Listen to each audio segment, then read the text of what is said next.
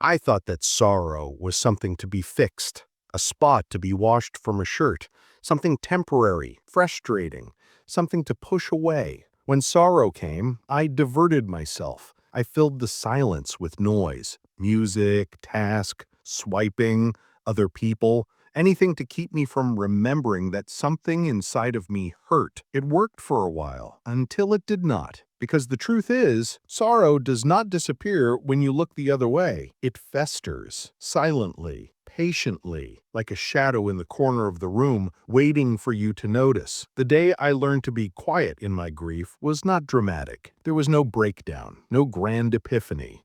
Only a moment of quiet that I didn't run from. I recall it vividly, a rainy day, the sort where the sky is as gray as your mind. I sat at the window watching water flow down the glass.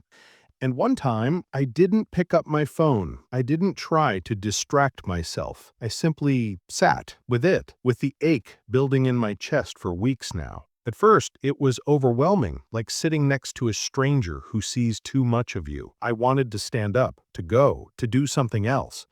But I didn't. I let the silence linger. I let the sorrow breathe, and something miraculous happened. It started to speak, not in words, but in memories, in things I had pushed aside remembering, the things I had lost, the people I had let down, the selves I had outgrown. They appeared one at a time, tentatively, hesitantly, as if they had waited for me to allow them to be seen. I knew then that sorrow was not trying to punish me. It was trying to show me something I had not wanted to know. I recalled when I had said to myself, "Don't cry, hold your head high, get over it." But maybe being strong is not in getting over it. Maybe it's in staying, in sitting alongside the things that pain you without a try to change them. So I stayed, and I cried. Not the kind of crying that needs to be seen, but the quiet kind, the type that is similar to warm rain after such desiccation.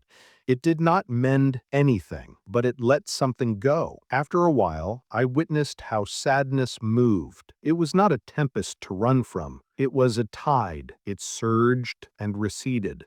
And if I let it flow through me instead of pushing it back, it left me more tender, more transparent, more human. I knew sadness isn't the opposite of happiness. It's part of it, the breathing room that makes happiness possible. Without grief, we lose touch with how much we can feel, how much something meant. I started to feel it in tiny moments, too. In the song that reminded me of someone I had missed. In the smell of rain that carried a memory I couldn't identify. In the silence between words. Before, I would have brushed those moments aside. But now, I pause. I let them in. Because they're proof that I cared, that I existed. Something rose up against me that touched me and left its mark. Being with grief taught me to listen, not to the world, but to my own heart. It taught me there is a kind of peace that is only found in not having to be okay all the time. I stopped asking, how do I get rid of this? And started asking, what is this trying to teach me? And often, the answer was gentle. Sometimes it said to me, you're weary. Sometimes it said, you're lonely. Sometimes it said, you miss the person you used to be. All the things I could only understand if I'd stay quiet long enough to listen. The one outside says to us, get over it, to bounce back, to be cheerful. But sometimes you cannot heal with the sunrise. Sometimes healing is sitting in the dark and viewing the loveliness of the night sky. Because grief is not a weakness, it's a reflection. It indicates you the depth of your love, the weight of your memories, the tenderness of your heart. To feel strongly, even when it hurts, is to remain open to life, remain connected, and that's worth holding on to. Now when grief visits me, I no longer close the door. I make a cup of tea, I take a seat, and I listen. Sometimes we talk for a while. Sometimes we simply sit in silence. Sometimes it stays longer than I'd prefer. But that's okay. I know it won't last. Because grief isn't a guest. It just has to be seen, to be noticed anymore, before it gently makes space for something new. These days, I don't chase happiness quite so much. I let things come and go. The laughter, the quiet, the ache, the solace. I tried to invite them all the same. And in doing that, I found something I didn't know. A steadiness, a peace that doesn't depend on everything turning out.